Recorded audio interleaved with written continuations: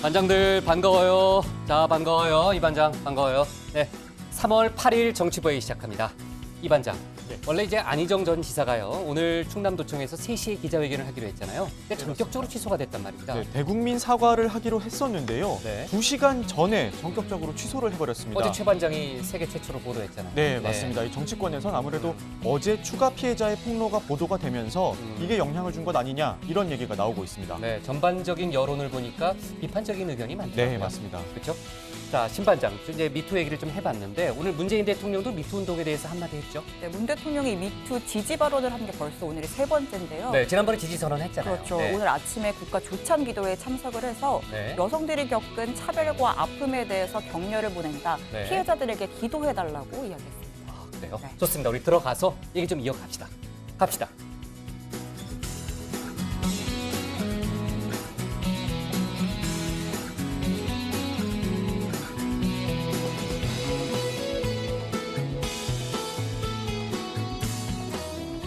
네, 반장들 자리에 앉았으면 정치부회의를 시작하죠. 어제 회의 때 얘기했던 대로요. 정의용 국가안보실장, 서훈 국정원장이 오늘 미국에 갔습니다. 북미 대화, 이런 특명을 가지고 간 거죠. 그 비장의 무기가 있습니다. 아직 공개 안 된 북한 김정은 위원장의 메시지죠. 청와대는 일단 미국에 전달할 메시지는 구체적인 내용보다는 비핵화에 대한 북한의 진정성을 드러내는 게 핵심이다. 이렇게 설명은 하고 있는데 김정은 위원장이 예를 들었을 수는 있지 않겠습니까? 제 감으로는요. 예를 들면은 영변 핵시설 가동 중단이라든지 ICBM 개발 중단이라든지 이런 것들 다 포함해서 우리는 어떤 대화도 할 용의가 있다. 이 정도의 발언을 했을 수도 있습니다. 그러니까 지금 단계에서 무엇을 하겠다 이런 구체적인 것보다는 무엇도 다 얘기할 수 있다 정도의 진정성을 드러내지 않았을까 하는 추론이 가능하고요. 지난번에 이제 남북 합의 사항에도 대화 기간 추가 핵실험 또 탄도미사일 시험 발사 재개는 없을 거다라는 항목이 들어 있잖아요. 그러니까 미국에 전달할 김정은의 메시지는 그보다 좀 한 단계 위에 있다고 봐야 될 것 같습니다. 자, 자세한 얘기 신 반장 발제 때 해보고요. 미투 관련해서는 속보가 너무 많았어요. 앞에서 얘기하기는 좀 그렇고 오늘 일일이 얘기하기는 좀 그런데 정부가 발표한 성폭력 근절 대책 핵심만 간단히 좀 짚고 가면요. 권력을 이용한 성폭력 범죄에 대한 법정형 상한이요. 징역 5년에서 10년으로 높아지고 공소시효도 최대 10년으로 크게 늘어납니다. 특히 성범죄 피해자가 폭로 과정에서 2차 피해를 받지 않도록 명예훼손죄를 피할 수 있는 법률적 용어로는 이제 조각이라고 하는데요. 피할 수 있는 방안을 추진하고 악성 댓글에 대해서는 철저하게 수사하겠다라는 입장을 밝혔습니다. 나머지 좀 더 자세한 얘기는 이 반장 발제 때 알아보도록 하겠습니다. 오늘 정치부 회의는요. 먼저 신 반장 발제를 들어보면서 특사단 방미 소식과 북미 대화 문제를 집중적으로 짚어보고요. 이명박 전 대통령 수사, 강원랜드 채용비리 수사 속보를 이어서 알아보겠습니다. 미투 운동 속보와 정치권 분위기도 짚어봅니다. 그럼 먼저 신혜원 반장의 발제부터 시작하겠습니다.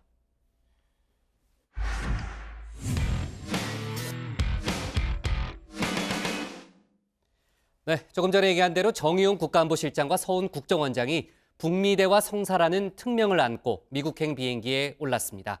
미국의 안보 정보 관련 수장을 비롯해서 트럼프 대통령과도 직접 만날 걸로 보이는데요. 김정은 위원장의 대화 의지와 비핵화 구상을 가감없이 전할 계획입니다. 오늘 청와대 발제에서는 특사단 방미 소식, 또 김 위원장의 대미 메시지 내용이 어떤 건지 집중해서 분석해 보겠습니다. 이제는 미국입니다. 상상 그 이상의 성과를 갖고 온 대북 특사단의 주축, 정의용 서훈 콤비가 오늘 미국으로 출발했습니다. 김정은 위원장이 밝힌 비핵화 및 대화 의지를 직접 상세하게 전하기 위해서입니다. 아직은 그런 세부적인 사안까지 논의할 단계까지 와 있지 않고요. 우선은 미국과 북한 간의 대화가 성사될 수 있도록 하는 것이 가장 급합니다. 감사합니다. 네, 정의용 서훈 콤비는 2박 4일간 일정 동안 총 3차례의 만남을 갖게 되는데요. 먼저 미국 안보정보수장과의 2+2 회동, 그리고 유관부처 장관과의 2+3 회동, 마지막으로 백악관을 찾아서 트럼프 대통령 또는 펜스 부통령을 만날 예정으로 현재 최종 일정을 조율 중입니다. 2+2 회동 상대로는 맥메스터 백악관 국가안보보좌관, 폼페오 CIA 국장의 이름이 거론되고 있는데요. 이 두 사람은 미국의 이른바 굿캅, 배드캅 전략에서 배드캅 역할을 맡고 있는데 이 북한 대북 강경파 인사들이란 의미입니다. 이번 방미의 첫 번째 관문이 될 전망입니다. Everyone recognizes that we can't repeat the mistakes of the past. Really, to fall for what in the past has been the North Korean ploy to create the illusion of success in talks and to use that to lock in the status quo as the new normal while they continue to pursue these programs with undiminished vigor. So. 자, 그럼 그 두 사람의 서류 가방에는 어떤 문서가 담겨 있을까요? 앞서 청와대는 미국에 전할 북한의 히든 카드가 있음을 암시했습니다.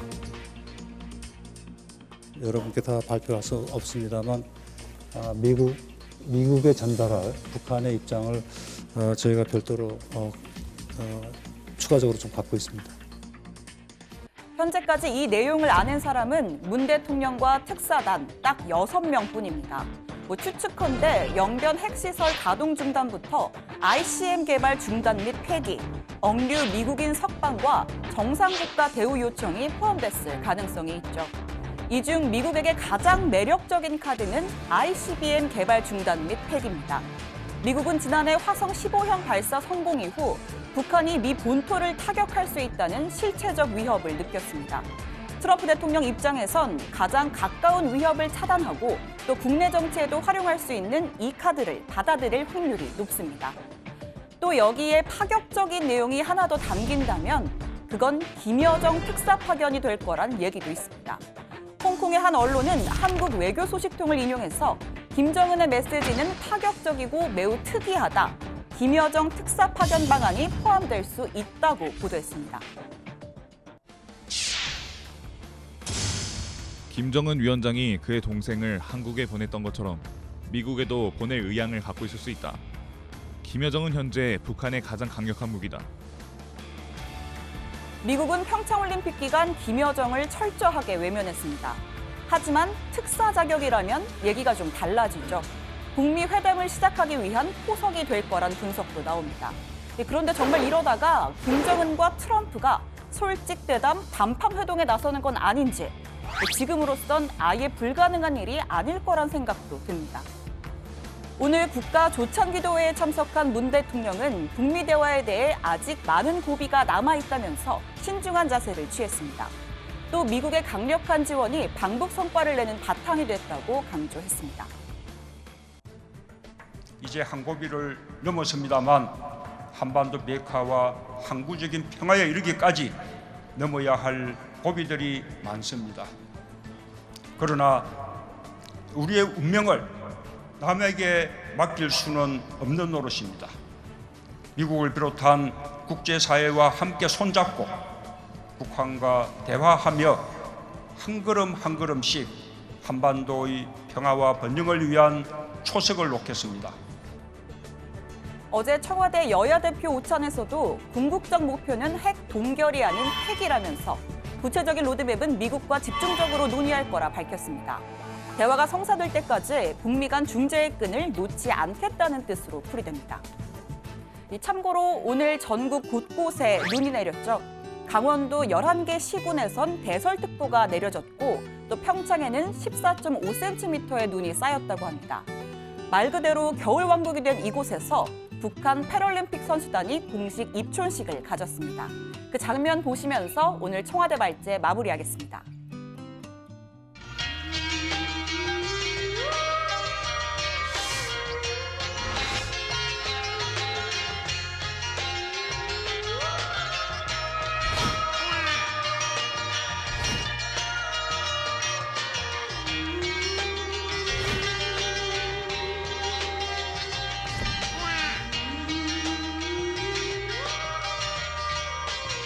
네, 오늘 청와대 발제는요. 특사단 김정은 히든 카드 들고 방미로 정하겠습니다. 네, 지금 히든 카드라는 표현을 썼지만요. 특사단이 남북 합의사항, 발표된 합의사항과는 별도의 김정은 위원장의 메시지를 갖고 가잖아요. 그 김정은 위원장이 아마 미국에 전달해 달라는 요구를 했을 텐데 그 메시지가 뭔지가 뭐 일단 제일 궁금하죠. 자, 어쨌든 뭐 지금이 어제가 아니고요. 이제 문재인 대통령도 계속해서 그런 표현을 썼지만 이제 살얼음판을 걷고 있다 이렇게 얘기를 했잖아요. 뭐 아주 중요한 포인트를 맞았네요. 맞습니다. 이번 방미는 김정은 위원장이 밝힌 한반도 비핵화 의지 그리고 북미 대화 용의를 트럼프 대통령에게 가감없이 전하는 데 초점을 맞추고 있다고 봐야 할 텐데요. 앞서 남북 논의에선 대화 기간 추가 핵실험, 도발이 없을 것이다라고 조건부 핵 모라토리엄을 선언했는데 이걸 더 구체화한 내용을 제안할 거란 관측이 나오고 있습니다. 그러니까 예를 들어서 영변 핵시설 가동 중단, 이 대륙간 탄도미사일 개발 중단 및 폐기 등이겠죠. 이 외에도 북한 내 억류 중인 미국인 석방, 정상 국가로의 대우 희망 요구가 포함됐을 가능성이 있습니다. 다만 이런 것들에 대해서 청와대 관계자는 모두 추정이다라면서 자세한 내용은 대통령과 특사단만 알고 있다라고 선을 그었습니다. 아침에 이 정의용 실장이 출국을 하면서 이런 얘기를 했습니다. 아직은 핵시설 가동 중단 같은 세부적인 사항을 논의할 단계까지는 와 있지 않다. 대화 성사가 가장 급하다. 이렇게 얘기를 했습니다. 또 다른 청와대 관계자 역시 지금은 구체적인 액션 플랜이라기보다는 김 위원장의 진심 전달에 초점이 있다면서 큰 틀에서 북한의 대화 의사를 전달하는 게 핵심이라고 말을 했습니다. 네, 그런데 지금 방미 일정 마지막으로 트럼프 대통령을 만날 확률이 높잖아요. 확률이 아니라 제가 보기엔 거의 만나는 것 같은데요. 확실하고 네. 안 되면 최소 펜스 부통령이라도 네. 만나고 오겠다는 건데 이렇게 정상 또는 정상급 인사를 만나면서 아예 방법론에 대한 언급을 안 할 수는 없는 상황으로 좀 보이거든요. 네, 트럼프 네. 대통령을 만날 겁니다. 지금 거의 분위기는 그런 것 같고요.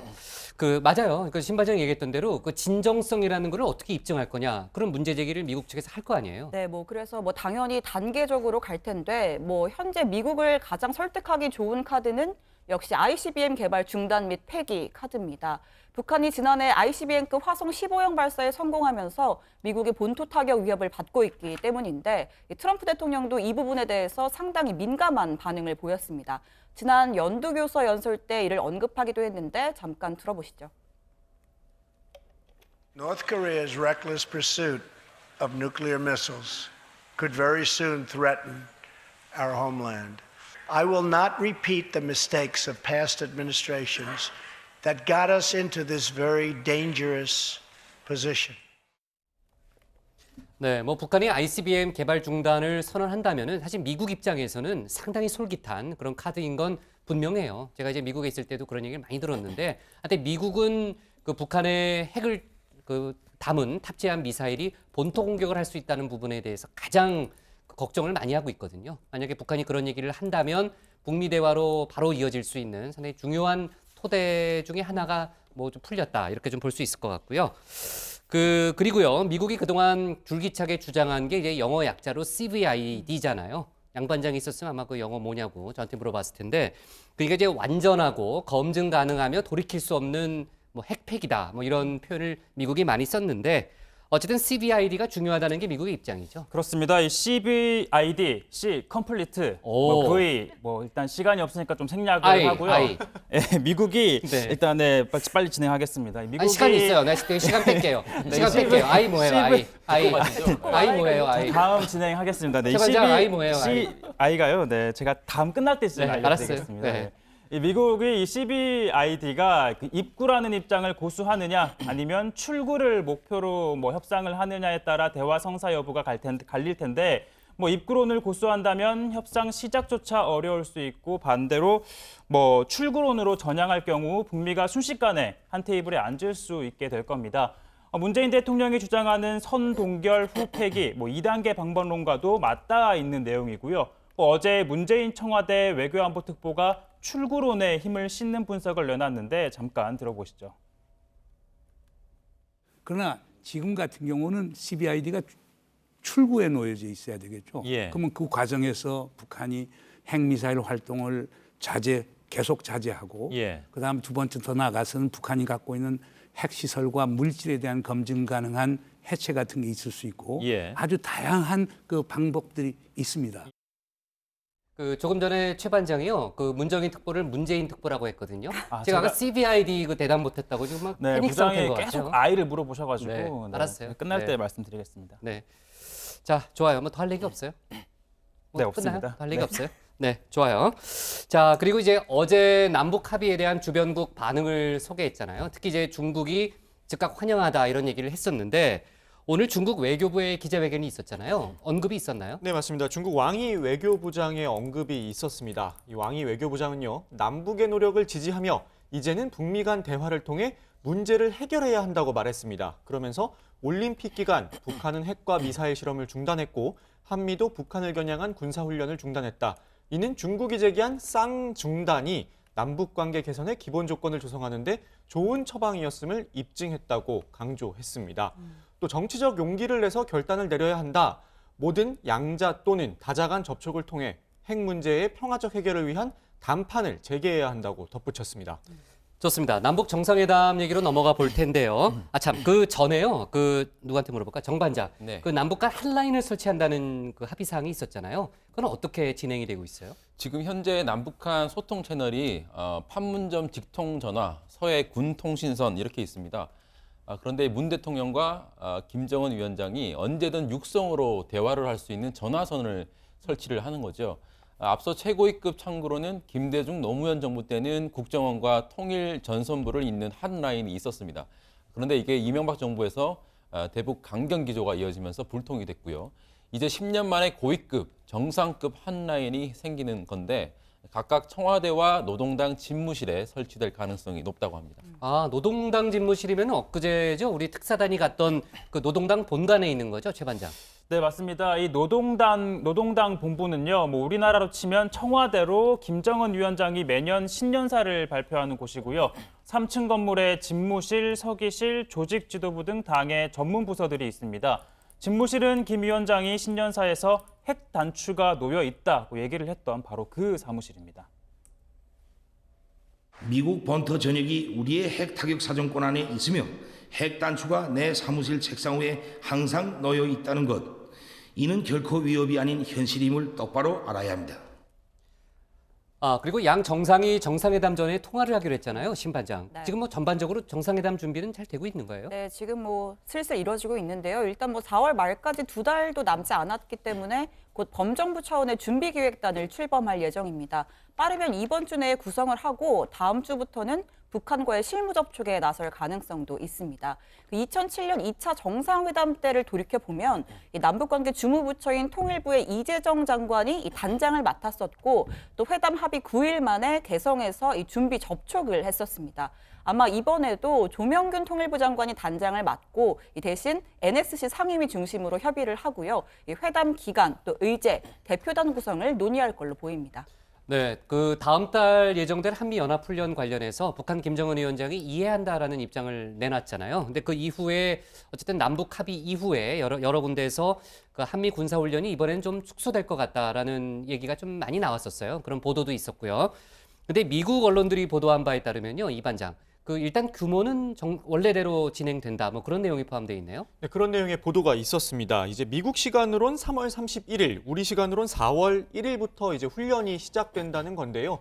이 CNN과 MBC가 복수의 미 국방 관료들을 인용해서 평창 올림픽 때문에 연기했던 독수리 훈련을 대규모로 재개하기로 합의했다. 오는 31일 시작돼 5월까지 진행된다고 보도했습니다.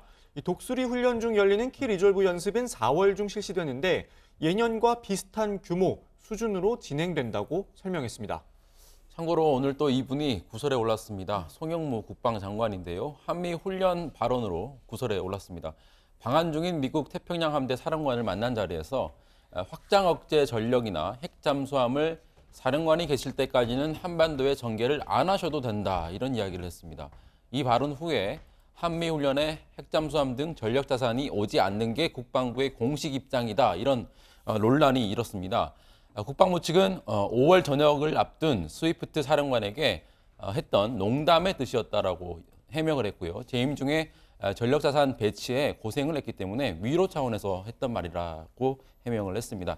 국방부는 훈련은 예년 수준대로 진행할 것이라고 덧붙였습니다. 네, 그리고 신 반장, 조금 전에 제가 좀 얘기를 들어보니까요. 청와대 고위 관계자가 이번 특사단하고 김정은 위원장 간의 만찬 또 협상 뒷얘기를 얘기한 대목이 있던데 혹시 좀 네, 우리가 좀 비하인드 알아야 할 대목이 스토리를 있어요. 네. 공개를 한 건데요. 이 내용을 좀 들어보니까요. 이 3.5 남북 합의 사항이 6가지였잖아요. 그렇죠. 이 부분이 문재인 대통령이 제시하고 김정은이 답을 하는 것이다. 이렇게 설명을 했습니다. 지난번에 김영철 등의 북한 고위급 대표단이 방한했을 때 문 대통령이 숙제를 줬고 그리고 이 보고를 받은 김정은 위원장이 답을 했다라는 거고요. 또 김 위원장은 여러분의 어려움을 잘 알고 있다라면서 먼저 거침없이 대답을 했다고 합니다. 그래서 뭐 우리 측이 준비한 메모도 딱히 말할 필요가 없었고 그래서 이 합의 사항이 나온 접견은 1시간 만에 끝이 났고 뭐 이후에 3시간 동안 뭐 즐거운 분위기에서 만찬을 가졌다고 하고요. 그리고 또 재밌는 게 김 위원장이 우리 언론에 보도된 자신에 대한 평가 또 이미지에서 굉장히 잘 알고 있었다고 아, 그래요? 해요. 그럼 정치부에도 좀 본 모양이네요. 예, 네. 그러면서 네. 이런 세간에서 평가하는 자신의 이미지에 대한 것을 농담으로 자기가 먼저 던졌다고 아, 그래요? 하더라고요. 뭐 어떤 표현을 썼는지까지는 뭐 청와대가 공개를 하지는 않았습니다. 네. 네, 뭐 그리고 이 문재인 짐작은 될 대통령이 것 같아요. 제가 짐작은 할 수 있을 것 같아요. 차마 네. 말을 네, 얘기하지 할 수는 맙시다. 없지만 그리고 또 이 김 위원장이 그런 언론 보도뿐만이 아니라 이 현재 문재인 대통령이 꾸준히 공개했던 뭐 이를테면 베를린 구상, 뭐 대북 메시지도 아주 소상히 알고 있었다고 하면서 김 위원장이 세계의 시선과 우리 국민의 기대에 대해서 알고 있다. 뭐 이런 얘기도 했다고 하고 또 마지막으로 이 특사단이 아주 국빈급 대우 경호를 받았다고 해요. 그래서 뭐 만찬장 이동할 때 이 김 위원장 부부가 먼저 나가서 뭐 기다렸다가 악수를 하고 또 숙소에서 자유롭게 이동을 했다고 합니다. 원래는 1:1 경우가 붙잖아요. 뭐 이동도 자유롭게 하고 또 국내 포털 인터넷도 이용을 할 수 있게 해줬다고 합니다. 네, 좋습니다. 뭐 얘기도 그럼 정의용 실장이 미국에 뭐 도착했을까요? 어쨌든 정 실장이 미국하고 소통을 굉장히 많이 해왔고 뭐 계속 소통이 잘 되고 있기 때문에 아마 좋은 성과를 내리라고 보고요. 그 얘기를 들어보니까 강경화 외교부 장관도 다음 주에 방미한다고 그러더라고요. 네. 그렇죠? 자, 좋습니다. 오늘 청와대 발제는 이렇게 잡을게요. 정의용 서훈 방미 트럼프의 북한 메시지 전달로 정리하겠습니다. 다음은 최종혁 반장의 발제를 들어보겠습니다.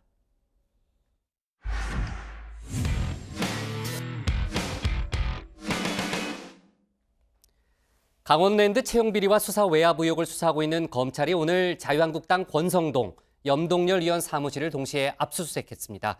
두 의원들의 구체적인 혐의를 파악했기 때문으로 보이는데요. 권 의원은 망신 주기식 과잉 수사라고 반발했습니다. 오늘 최 반장 발제에서는 강원랜드 채용 비리 수사단 속보를 먼저 다뤄보고 엿새 앞으로 다가온 이명박 전 대통령 소환 조사를 자세하게 짚어보겠습니다. 나오세요. 부장님, 네, 수사가 들어오셨습니다. 19분 오셨어요, 다. 네.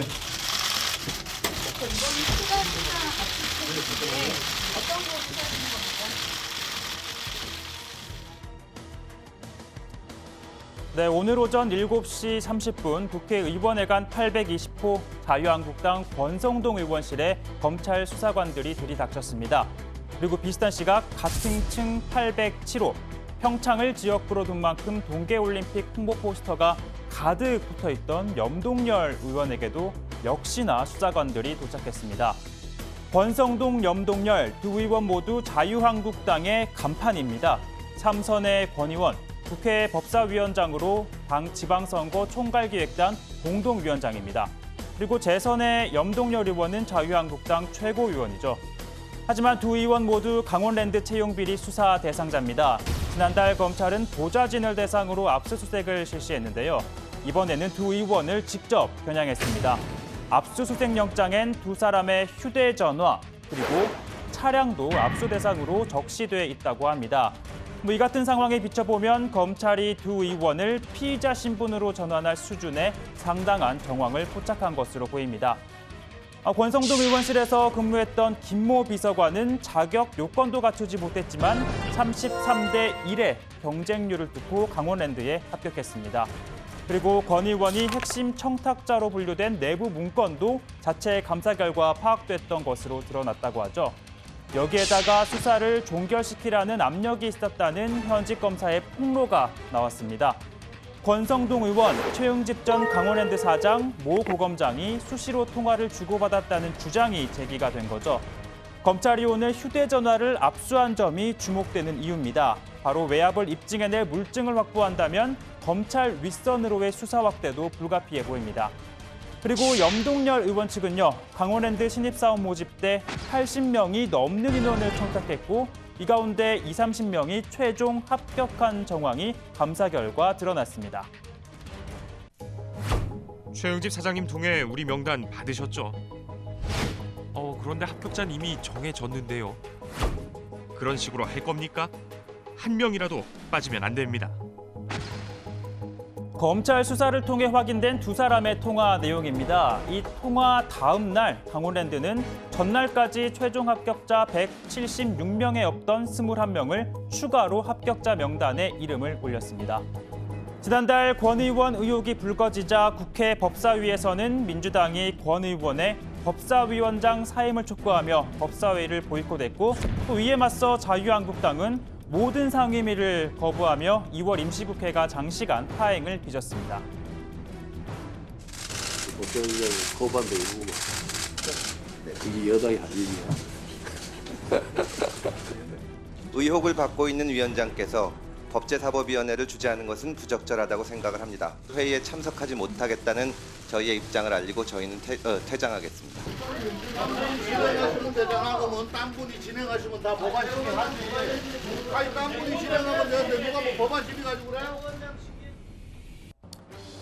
그러던 중 자유한국당 김진태 의원은요, 정의당 노회찬 의원실 출신 비서관이 법무부에 채용된 점을 문제 삼았습니다.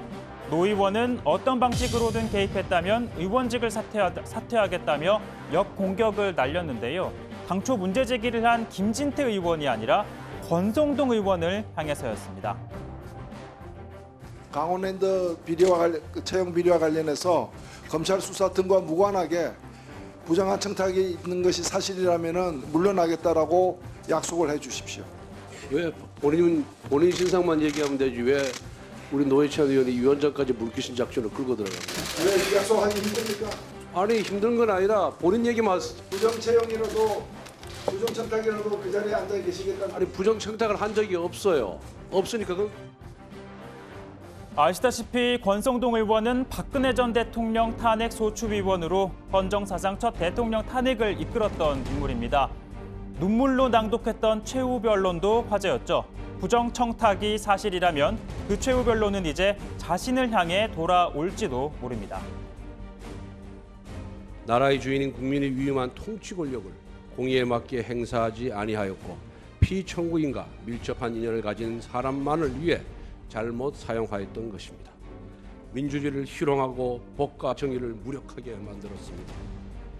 네, 이 발언에 똑같이 대입해 보면 주권자의 국민의 대리인으로서 국민이 위임한 국회의원이라는 권력을 공의에 맞게 행사하지 않고 자신과 인연을 가진 사람들의 취업을 위해 잘못 사용해 대한민국 청년들의 꿈과 희망을 꺾은 것과 다르지 않다는 겁니다.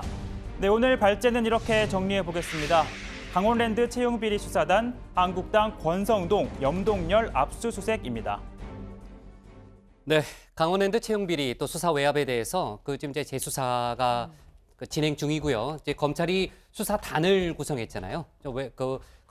왜냐하면 이제 전 총장까지도 지금 연루된 의혹이 있기 때문에 별도의 수사팀을 구성해서 수사를 하고 있는데 그동안 자유한국당 쪽에서는 과잉 수사다, 정치 보복이다 이런 반발을 했고요. 한때 관련해서 이제 국회가 공전된 적도 있지 않습니까?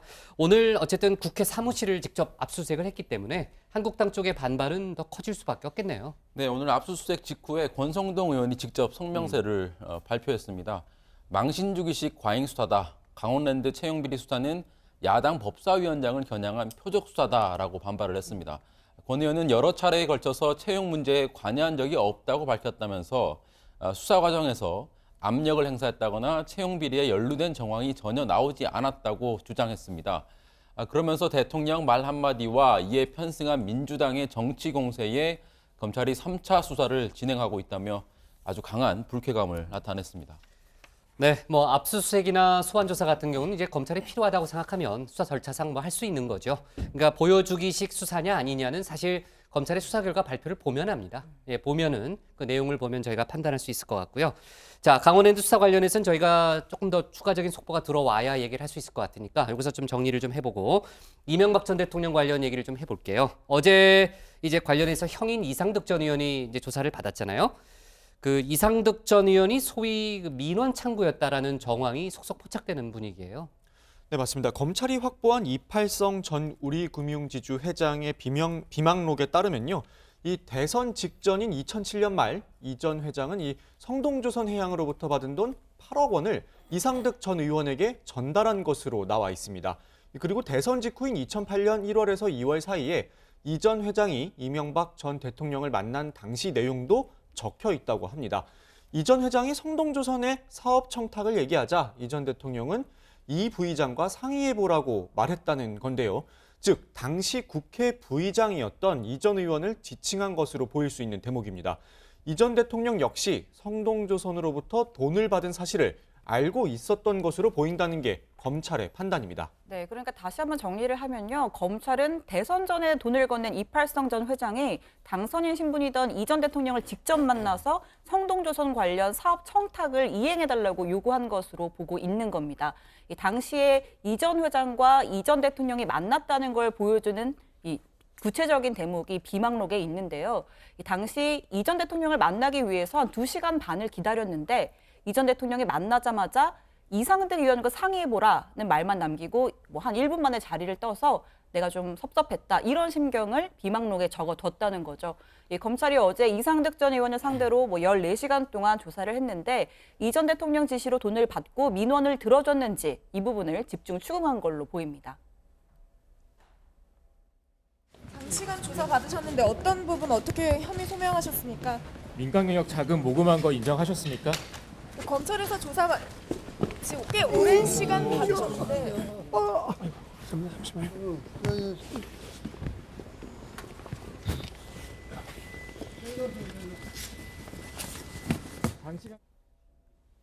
네, 누가 이제 계단을 내리다가 잘못해서 쿵 떨어뜨린 모양이죠. 아주 고통스러워하는 그런 신음소리를 냈고요. 그 첫 소환 때는 건강상 문제로 일찍 귀환했잖아요. 몇 시간이었죠? 한 4시간? 그 정도 조사받고 귀가했는데 어제는 뭐 조금 전에 신반장 얘기를 들어보니까 14시간 동안 조사를 받았다는 거 아니에요?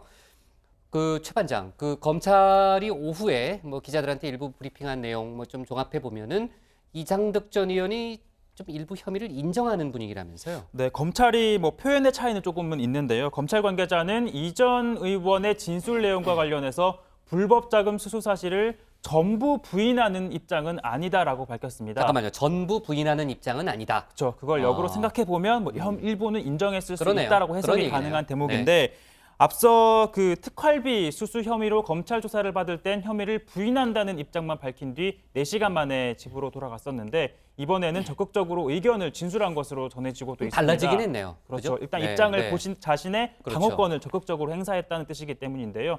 즉 돈을 받은 사실까지는 부인하지 않으면서 단순한 정치자금 성격으로 뭐 죄가 되지 않는다라는 점을 강조하려는 그런 전략으로 풀이가 되고 있습니다. 네, 형인 이상득 전 의원을 소환한 것은 결국 이제 이명박 전 대통령 수사를 위한 이제 마무리 단계에 지금 이제 조사를 하고 있는 거잖아요. 검찰 입장에서는. 자, 이명박 전 대통령이 어떤 준비를 하고 있는지 뭐 14일로 일단 소환 일정은 잠정적으로 잡힌 상태인데 뭐 궁금하잖아요. 어때요? 공식적으로 변호인을 선임을 한 상태입니까? 검찰에 따르면요. 소환 통보 이후에 현재까지도 이 전 대통령 측에서 아무런 연락이 없다고요? 합니다. 예. 변호인 선임계도 제출하지 않았고요. 다만 비서실 명의로 검찰 조사에 응하겠다 이런 입장을 밝힌 만큼 오는 14일에 예정대로 출석을 할 것으로 보인다는 게 검찰의 판단입니다. 민정수석을 지낸 정동기 변호사 그리고 법무비서관 출신 강훈 변호사가 수시로 이 전 대통령 사무실 그리고 변호인단 사무실을 오가면서 소환에 준비 중인 것으로 보입니다. 네, 참 정동기 강훈 변호사가 맡을 가능성이 높다는 건 저희가 이제 회의 때 여러 번 다뤘었는데 이 반장, 정동기 변호사의 경우에는요 자격 시비 논란이 불거졌다면서요? 네, 맞습니다. 지금도 제가 관련 기사를 보고 있었는데 네. 계속해서 논란이 커지고 있습니다. 회의 집중 안 하고요.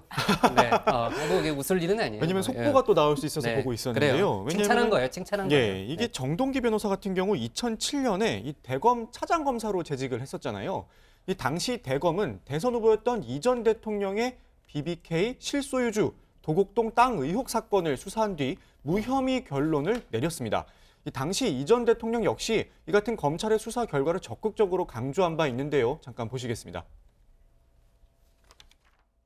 정의한 당원 동지 여러분, 저 어제 조금 전에 박 후보께서 말씀하셨습니다마는 도곡동 땅, 이 검찰이 이상하게 어제 보고를 하더니 오늘 11시에 정동기 대검 차장이 직접 그건 이명박과는 관계가 없음을 확인합니다 하고 이렇게 또 발표했어요. 네, 그런데 현행 변호사법을 보면요. 공무원 시절 취급했던 사건을 수임하는 것을 금지하고 있습니다. 어길 시엔 1년 이하의 징역 또는 1,000만 원 이하의 벌금에 처해지는데요. 이 대검 차장은 검찰총장을 보좌하는 데다가 정 변호사는 당시 대검 차장으로서 관련 수사 결과를 직접 발표까지 했었던 인물입니다. 재직 당시 BBK, 도곡동 땅 수사 등에 관여했다면 이와 관련한 사건을 수임하는 건 변호사법 위반일 가능성이 있다는 얘기가 계속해서 나오고 있습니다. 네, 정동기 변호사 역시 이 같은 점을 좀 인식을 하고 있는 것으로 보이는데 정 변호사가 대한변협에 자신이 이전 대통령 사건을 수임한 게 변호사법 위반에 해당하는지를 판단해달라고 요청을 했다고 합니다. 이율 대한변협 공보이사는요. 정 변호사가 질의서를 보내 대한변협 법제위원회가 유권 해석을 시작했다. 며칠 내로 판단을 내릴 것이다라고 했는데요. 만일 수임이 부적절하다는 판단이 나오면 정 변호사는 이전 대통령 사건을 맡는 건 사실상 불가능해 보입니다. 그러면 이명박 전 대통령 입장에서는 상당히 좀 불편할 수 있겠는데요. 정동기 변호사가 맞지 않으면요. 자, 신반장. 지금 이제 이명박 전 대통령이 입장을 추가로 내놓고 있지 않기 때문에 저희가 정확한 의중을 알 수는 없지만요. 지금 들려오는 얘기로는 일단은 이전 대통령이 관련 혐의를 다 부인하는 걸로 일단 알려져 있죠. 네, 이전 대통령 측의 이 전략은 나는 아는 바가 없다. 그러니까 전면 부인이 될 것으로 보입니다. 다스 실소유주 의혹에 대해서는 이상은 회장이 주인이고 본인은 설립 과정에서 조언만 했을 뿐 지분을 보유했다는 객관적인 증거가 없다라는 주장을 펼칠 것으로 보이고요. 또 특수활동비 수수에 대해서는 국정원 돈을 어떻게 청와대에서 쓰냐 이렇게 반박을 하면서 관련 지시나 보고도 없었다고 주장할 것으로 보입니다. 금품 같은 경우는 공소시효 문제를 아마 지적을 할 것으로 보입니다. 이팔성 전 회장이 건넨 돈은 공소시효 7년인 정치자금법, 10년인 뇌물수수 어느 쪽에도 시효가 지났다 이런 주장을 펼칠 것으로 보입니다. 하지만 검찰은 이 전 회장이 2007년부터 2011년까지 돈을 건넸기 때문에 전체적으로 하나의 범죄로 볼 수 있는 포괄일죄에 해당이 된다고 보고 2007년에 건네진 금품도 처벌을 할 수 있다는 입장입니다. 네, 지금 정 반장 얘기 들어보면은 정치자금으로 주장할 가능성도 상당히 높네요. 그죠? 7년이니까군요. 자, 다스 관련해서는요, 최 반장. 일단 비자금 규모에 대해서 여러 가지 얘기가 있었는데 한 300억대에 달한다라는 결론을 검찰이 내렸다. 이런 보도가 나오고 있어요. 네, 지난번 다스 격리 직원 개인 횡령 수사 결과를 발표하면서 120억 원 외에 회사 차원의 비자금이 있다라고 했었는데 조직적으로 구체적인 만들었다. 액수는 밝히지 않았지만 오늘 사정당국에 따르면요, 다스 수사팀은 다스가 2002년부터 2007년 초까지 조성한 비자금이 약 300억 원이 넘는 것으로 파악을 했다라고 합니다. 당시 김성호 사장 등 경영진 관여로 하도급 업체에 지급하는 대금을 부풀리는 방식으로 돈을 빼돌린 것으로 파악을 했는데 검찰은 이 비자금이 이전 대통령 재산 관리인 역할을 했던 이병모 청계재단 사무국장 주도로 관리된 것으로 보고 있습니다. 이 국장은 지난달 구속 이후 비자금 운용에 관여했다는 취지의 진술을 내놓으면서 검찰 수사에도 협조적이다라고 전해지고 있습니다. 네, 이명박 전 대통령 측이 지금 변호인 선임한 문제도 아직 검찰에 통보하지 않았을 정도로 아무튼 지금 내부에 수기가 이루어지고 있다 이렇게 좀 보여지고요. 이상득 전 의원이 이제 조사를 받고 갔으니까 아마 모여서 다시 한번 또 뭘 물어보느냐 이런 것도 좀 얘기해 가면서요. 아마 전략을 세우지 않을까 싶은 생각이 좀 드네요. 자, 오늘 기사 제목은요. 이렇게 잡을게요. 검찰 다스 비자금 300억대 잠정 결론으로 하겠습니다. 다음은 이윤석 반장의 발제를 들어보겠습니다.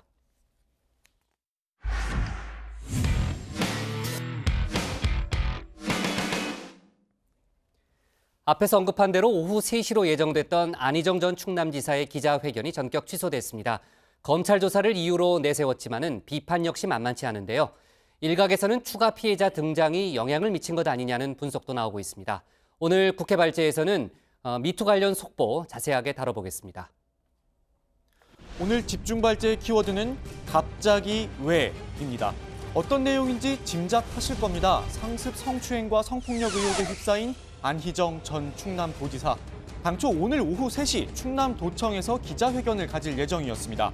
잠적 나흘 만에 카메라 앞에 모습을 드러내고 대국민 사과를 할 것으로 알려졌었죠. 그런데 오늘 오후 1시쯤 돌연 기자회견 취소를 공지했습니다. 어떤 내용인지 들어보시죠. 검찰에 출석하기 전에 국민 여러분, 충남 도민 여러분 앞에서 머리 숙여 사죄드리고자 하였습니다. 모든 분들이 신속한 검찰 수사를 촉구하는 상황에서 최대한 빠른 시일 내에 검찰에 출석하여 수사에 성실하게 협조하는 것이 국민 앞에 속죄드리는 우선적 의무라는 판단에 따라 기자회견을 취소하기로 하였습니다. 거듭 사죄드립니다. 그리고 검찰은 한시라도 빨리 저를 소환해 주십시오. 성실하게 임하겠습니다. 이거 어디선가 많이 보던 장면입니다. 검찰 수사를 이유로 대국민 사과 기자회견을 못하겠다는 겁니다.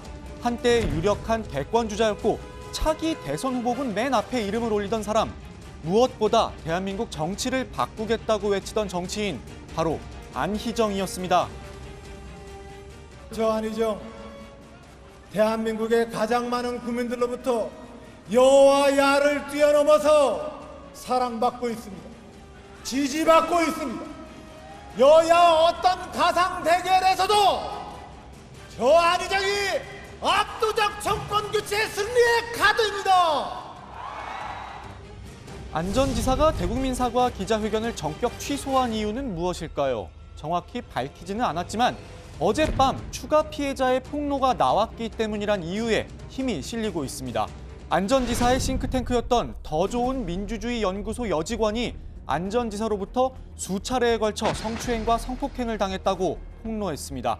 당초 수행비서였던 김지은 씨에 대한 상습 성추행과 성폭행 의혹에 또 하나의 혐의가 더해진 셈입니다. 잠깐 보시겠습니다.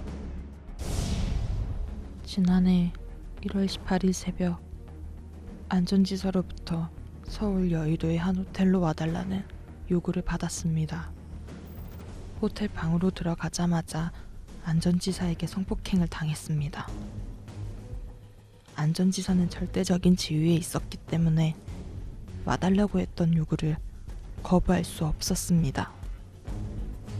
또 A씨는 2015년부터 안전지사에게 성추행을 당했고 2016년 8월과 12월에도 성폭행이 있었다고 주장했습니다.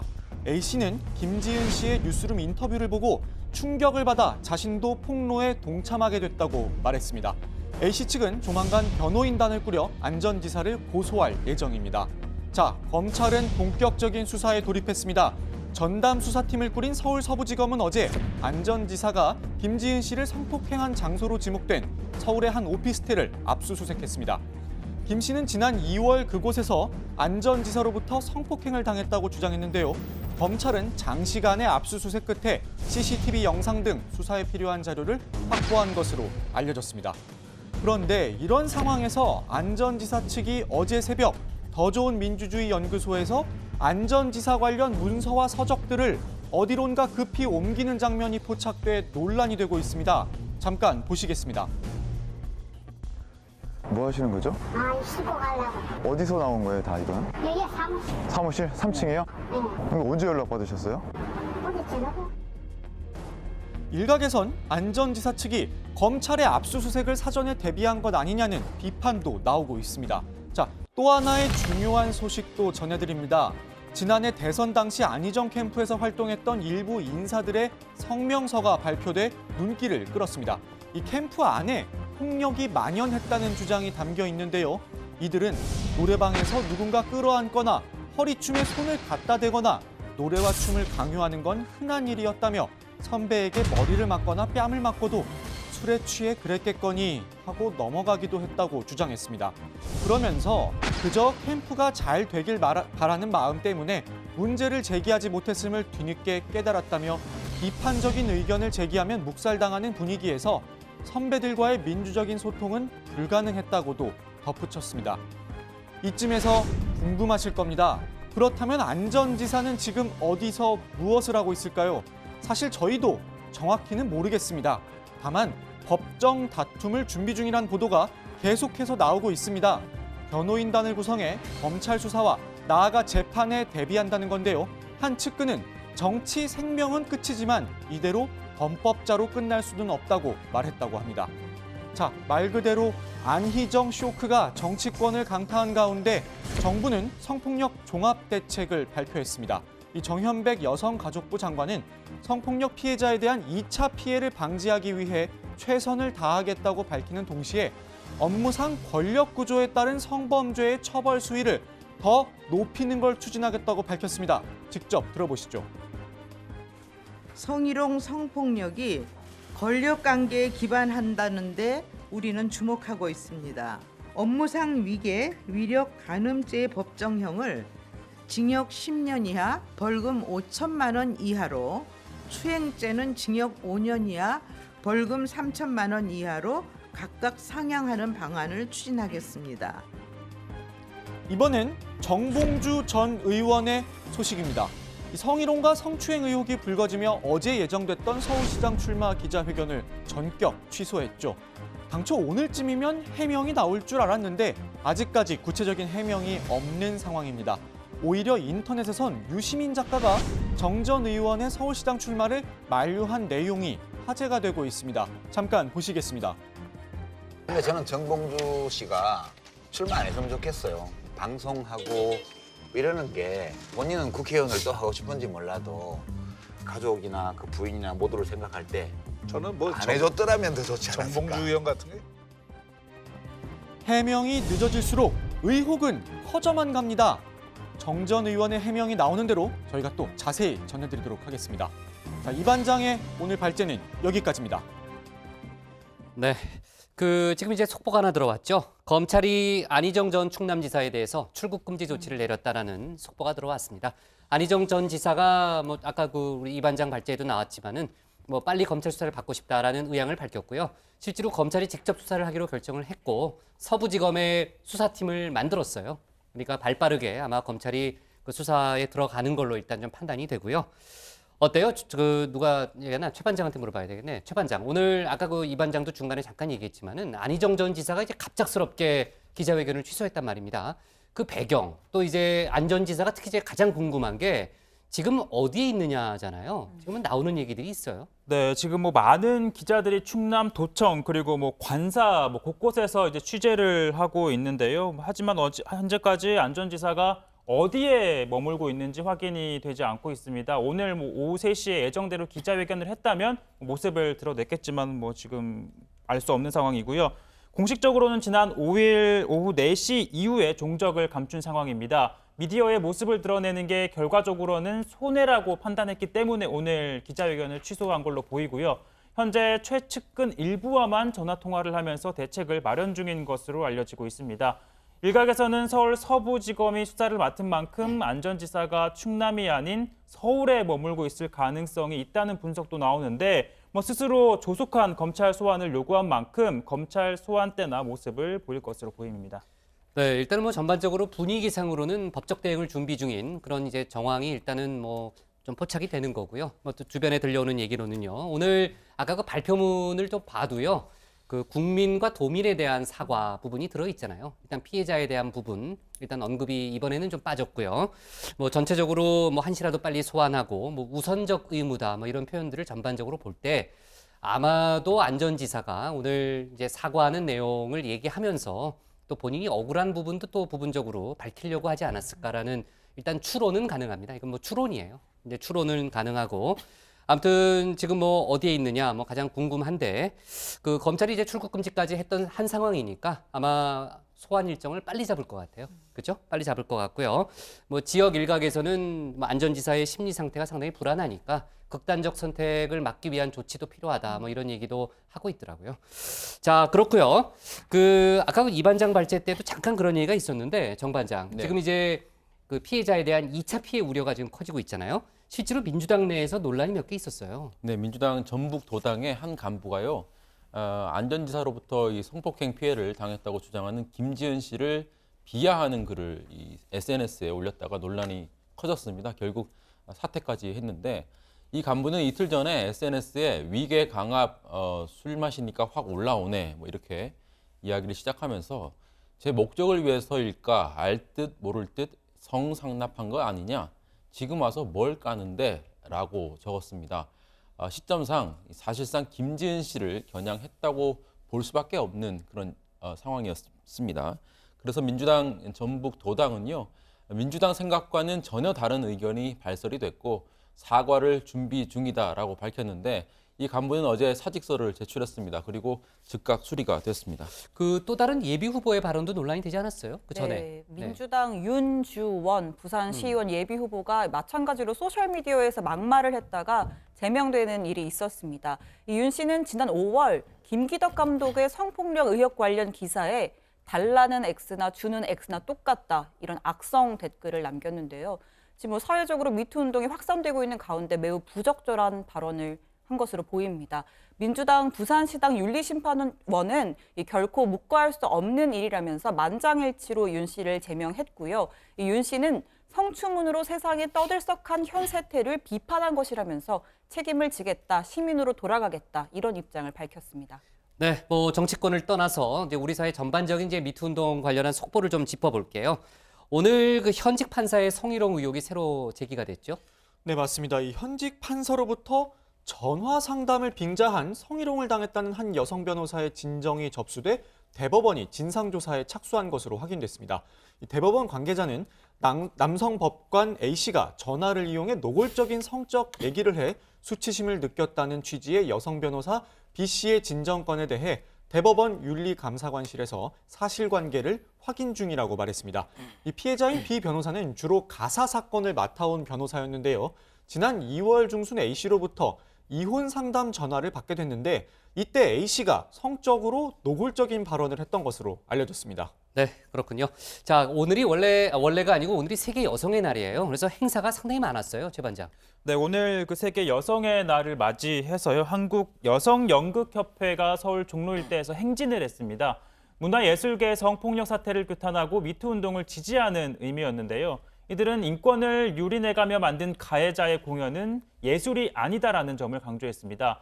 또 성폭력 가해자가 받은 모든 수상 철회, 그리고 어떠한 성폭력도 없는 제작 환경 조성 등을 촉구했는데요. 한번 들어보시죠. 누군가는 가해자였고 누군가는 침묵의 카르텔 속에 방관자로서 잠재적 가해자가 되었습니다. 이제 우리는 스스로를 성찰하고 반성하고 변화해야 합니다. 네, 문재인 대통령도 미투 운동을 지지한다는 입장을 다시 한번 밝혔는데요. 벌써 세 번째 관련 메시지를 내놓은 겁니다. 그만큼 현 상황을 민감하게 인식하고 있다는 뜻으로 풀이가 되는데 잠깐 들어보시겠습니다. 요즘 미투 운동으로 드러난 여성들의 차별과 아픔에 대해 다시 한번 위로와 격려의 말씀을 드리고 싶습니다. 고통받은 미투 운동 피해자들에게 따뜻한 기도를 부탁드립니다. 네, 안희정 전 지사에 대한 검찰 수사가 상당히 빨라질 분위기니까 저희가 좀 챙겨보고요. 오늘 제목은 이렇게 갈게요. 네, 안희정 기자회견 취소, 검찰 출석이 우선으로 잡겠습니다. 다음은 정강현 반장의 발제를 들어보겠습니다.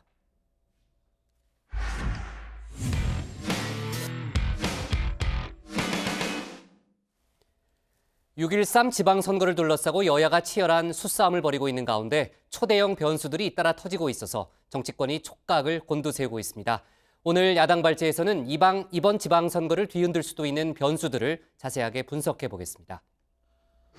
자, 지방선거가 97일 앞으로 다가왔습니다. 길다면 길고 짧다면 짧은 시간인데 최근 잇따라 초대형 변수가 터지면서 정치권이 긴장하고 있습니다.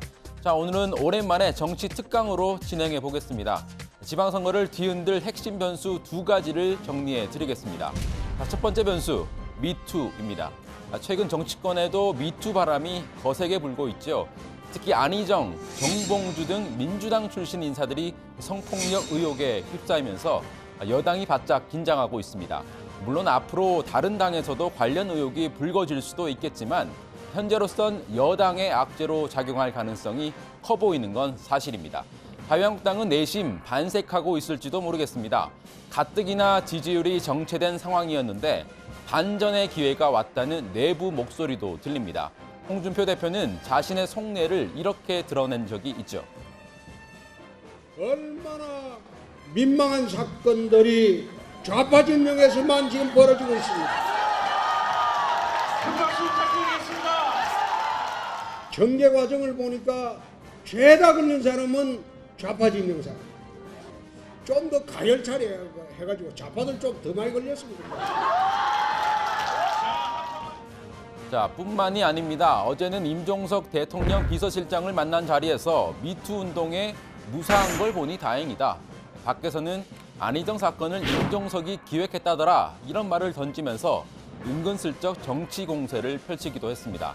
물론 홍 대표는 이런 해명을 내놨습니다. 임종석 비서실장과 인사하실 때 이거는 뭐 안보 얘기가 별개로 미투로 인사를 했다라고 하던데 성공적인 것도 있었다고. 농담한 겁니다. 농담한 겁니다. 사실 미투 운동 초반에는 자유한국당이 다소 소극적인 편이었습니다. 하지만 미투 운동으로 여당이 곤혹스러운 상황에 처했기 때문인지 최근엔 당 차원에서 적극적으로 미투 운동을 지지하고 나섰습니다. 며칠 전 자유한국당 전국 여성대회 현장을 한번 보시죠. 홍준표 대표를 비롯한 지도부가 미투 운동을 상징하는 백장미를 주최 측으로부터 건네받았고 여성 공천 그레이트 이렇게 적혀있는 팻말도 보입니다. 지방선거든 재보선이든 여성 공천을 적극 추진한다는 방침도 세웠습니다. 자, 그런 방침 때문일까요? MBC 배현진 전 앵커가 자유한국당에 입당한다는 보도가 나왔습니다. 자유한국당 관계자들에게 확인을 해봤더니 배현진 씨를 서울 송파을 재보선에 전략 공천할 가능성이 크다고 합니다. 사실 자유한국당 내부에서 배현진 공천설이 조금씩 돌기는 했습니다. 실제로 자유한국당은 배 씨를 적극 옹호하는 입장이었죠. 배현진 앵커가 뭘 잘못했습니까? 좀 구체적으로 말씀을 해주세요. 최승호 사장이 이렇게 얘기했어요. 구시대 방송의 뭐 상징이다 이렇게 얘기를 했어요. 이것은 북한식 연자제입니다. 연자제. 개별적으로 뭐 불법을 했다든지 방송을 잘못했다든지 이런 구체성도 없고 과거 정권에서 방송을 했다는 이유 하나로 출연을 금지시킨다? 이게 블랙리스트가 아니고 뭡니까 이게? 자, 어쨌든 배현진 전 앵커가 자유한국당 후보로 송파을에 출마한다면 이미 바른미래당 예비 후보로 등록한 박종진 전 앵커와 맞붙게 됩니다. 방송인 출신끼리 맞붙을 가능성이 커졌는데 박종진 후보는 벌써부터 방송인 후배가 온다니 반갑다. 선의의 경쟁을 하겠다. 이런 입장을 내놨습니다. 자, 이야기가 좀 옆으로 샜는데 다시 지방선거 특강으로 돌아가죠. 미투 운동에 이어서 두 번째 초대형 변수를 보겠습니다. 남북 정상회담입니다. 아시다시피 남북 정상회담은 4월 말에 열기로 합의가 됐습니다. 지방선거를 한 달여 앞둔 시점인데 선거 국면에서 여당이 안보 이슈를 주도하면서 유리하게 작용할 가능성이 있습니다. 미투 운동으로 이 반전의 기회를 잡았다고 판단했던 자유한국당이 또 다른 복병을 만나게 된 거죠. 그래서 홍준표 대표는 이 남북 정상회담은 선거용이다 이렇게 비판하고 있습니다. 유독 또 다급하게 4월 30일로 4월 말로 일정을 잡은 것은 지방선거용으로 지방선거 직전에 평화무드를 조성해서 지방선거를 이기고자 하는 그런 정치적 책략인데 이것은 남북이 서로 이해관계가 맞아떨어졌다 그렇게 판단을 합니다. 이 정권에서 다시 선거에 남북 정상회담을 이용하려고 시도하는 것은 오히려 역풍이 불 것으로 그렇게 봅니다. 자, 오늘은 자유한국당 홍준표 대표에게 띄우는 음악입니다. 정치가 음악을 만났을 때.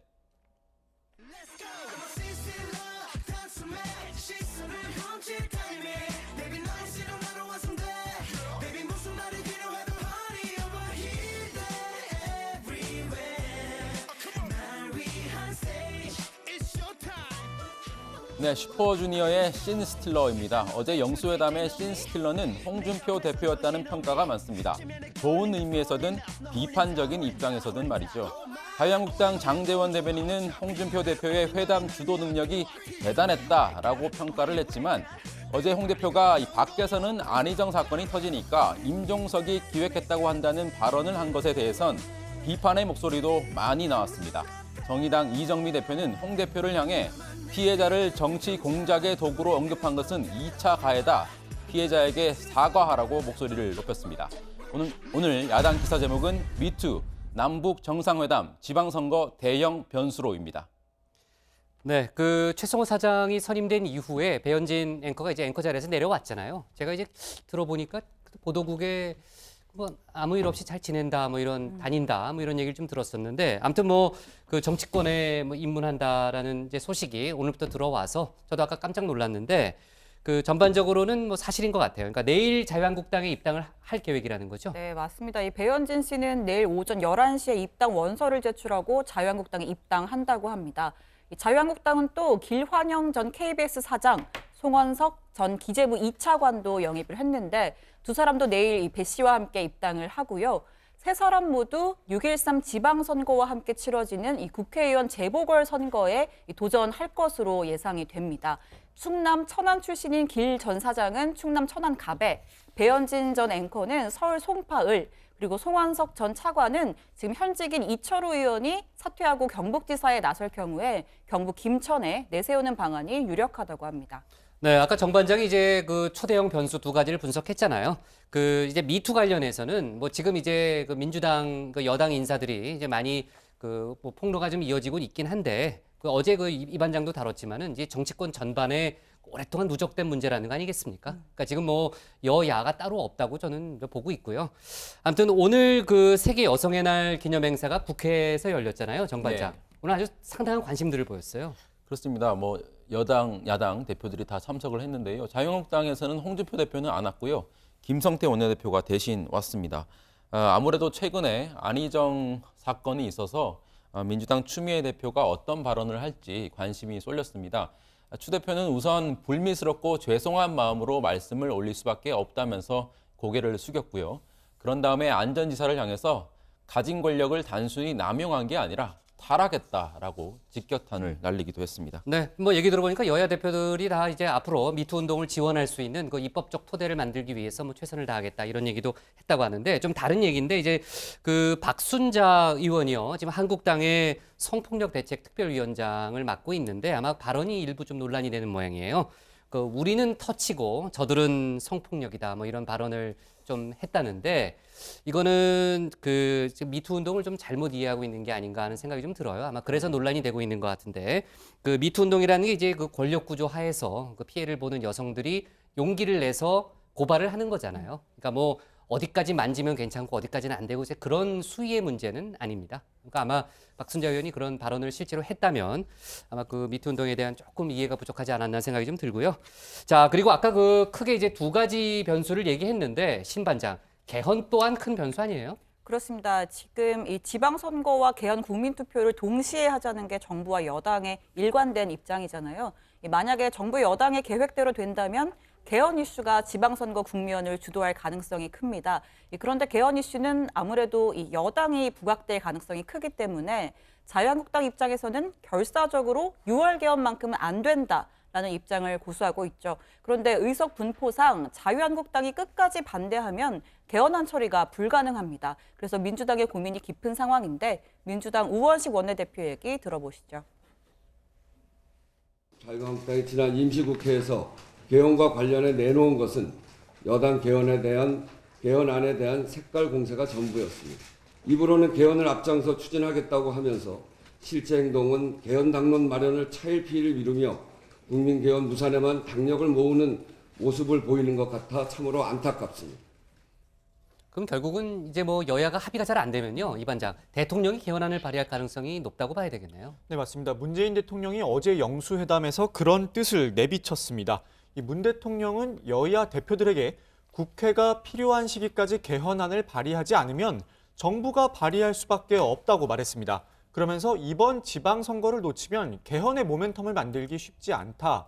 국회가 좀 해달라고 당부하기도 했습니다. 문 대통령은 또 국회가 하는 게 우선이긴 한데 국회가 안 하면 어떻게 할 것이냐.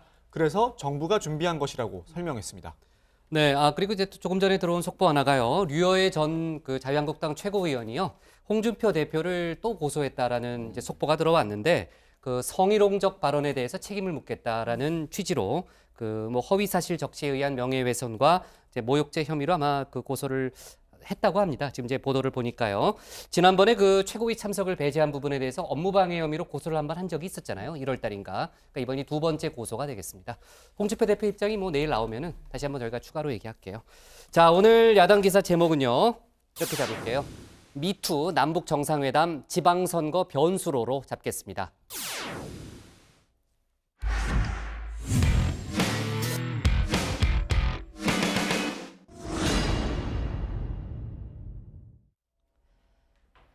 안녕하세요. 톡 쏘는 정치의 강지영입니다. 우리나라 사회 전반을 뒤흔들고 있는 미투 선언, 대학가에도 번졌습니다. 가장 파문이 컸던 곳은 명지전문대 연극영화과였는데요. 남성 교수 4명 모두 성추행 의혹이 제기됐습니다. 현재 경찰이 내사 중이고 교육부도 실태 조사에 나섰습니다. 특히 학과장이었던 박중현 전 교수는 연극영상학과 811호실에 비밀 안마방을 만들어 놓고 여학생들을 불러 안마를 시켰다고 하는데요. SNS엔 시골까지 안마를 시켰다는 폭로까지 나왔습니다. 참다 못한 학생들이 미투를 선언한 건데 문제는 2차 피해까지 발생하고 있다는 겁니다.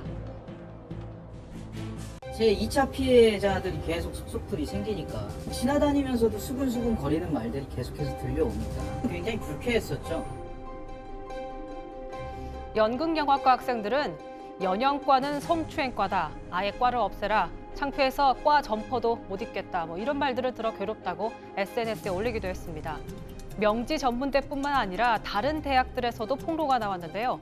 지난 1일 서울시립대 학생들의 비공개 카페에 자유융합대학 박모 교수에게 성추행을 당했다는 익명의 글이 올라왔습니다. 몇 년 전 교수에게 성추행을 당했습니다. 수업을 핑계로 따로 불러내 술을 마시면서 딸 같다면서 손을 잡기 시작하더니 키스를 시도하고 제 몸을 만졌습니다. 죄책감에서 벗어나고자 쓰는 이 글이 너무 이기적이고 늦은 게 아닐까 싶지만 더는 다른 피해자가 나오지 않기를 바랍니다. 현재 해당 교수는 수업에서 배제됐습니다. 학교 측은 조사 결과에 따라 징계 처분을 내릴 예정이라고 밝혔습니다. 어제는 이화여대 퇴직 교수가 재직 중인 학생을 성추행했다는 내용이 커뮤니티에 올라왔습니다. 작성자는 2016년 5월 스승의 날 일주일 후에 인사를 하러 찾아갔더니 연구실로 오라고 했다. 이러면서 연구실에서 성추행을 당했다라고 고백했는데요. 학교 측은 비록 재학생과 재직 교수는 아니지만 의혹이 사실로 드러날 경우 학교 절차에 따라 강경하게 조치하겠다고 밝혔습니다. 그리고 오늘은 서울대 의대에서도 성폭력이 있었다는 주장이 나왔습니다. 동료 교수들이 문제 제기를 한 건데요. 서울의대 정신건강의학과 교실 기획인사위원회 소속 교수 12명이 동료 A 교수가 서울대학교 의과대학생 병원 직원들을 상대로 성희롱과 부적절한 성적 행위를 하고 환자에게 마약성 진통제를 과도하게 처방한 의혹이 있다는 내부 보고서를 언론에 공개했습니다. 하지만 A 교수는 경찰에 고소하면 될 일인데 뒤에서 언급하는 건 무슨 의도가 있는 게 아닌지 의심이 든다며 반박했습니다. 이처럼 대학가에서 미투 선언이 이어지자 학생들이 나섰습니다. 대학생 단체들은 38 대학생 선언을 발표하고 성폭력으로부터 안전한 학생 사회를 만들고 여성 해방을 위한 연대를 만들겠다라고 밝혔는데요. 학생들도 이렇게 변화를 기대하고 있습니다. 권력 구조에 의해서 일어나는 성폭력이라는 게 우리 일상에 모두 다 있는 거라고 생각해요. 이번을 계기로 대학가 안에서도 조금 더 적극적인 여성주의 운동이 있었으면 좋겠다라는 바람이 있습니다. 이번 미투 선언을 계기로 성폭력에서 자유로운 대학으로의 변화를 기대해 보겠습니다.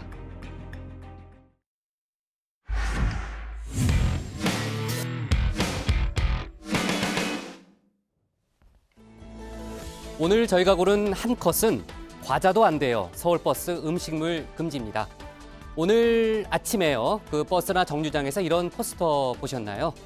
서울 시내 버스 안에서 음식물을 가지고 타면 안 된다는 내용입니다. 중요한 것은 커피 같은 여기 음료수가 있잖아요. 커피 같은 음료수뿐 아니고 햄버거, 과자 같은 모든 포장 음식이 해당된다는 겁니다. 오늘부터 이런 포스터가 붙기 시작했지만은 현장에서는 실랑이도 꽤 일어난다고 하네요. 하지만 정해진 규정이라면 지켜야 되는 게 일단 맞겠죠. 혹시 모르시는 분들을 위해서 복부장이 알려드렸습니다. 오늘 정치부에는 여기까지고요. 저희는 내일 다시 찾아뵙겠습니다. 참 최반장, 아이 뭐예요, 아이? 아이요? 일리버저블입니다. 어? 일리버저블 아닙니다. 불어예요? 불어? 프랑스어예요, 그거? 한번 네. 찾아봤습니다, 내가.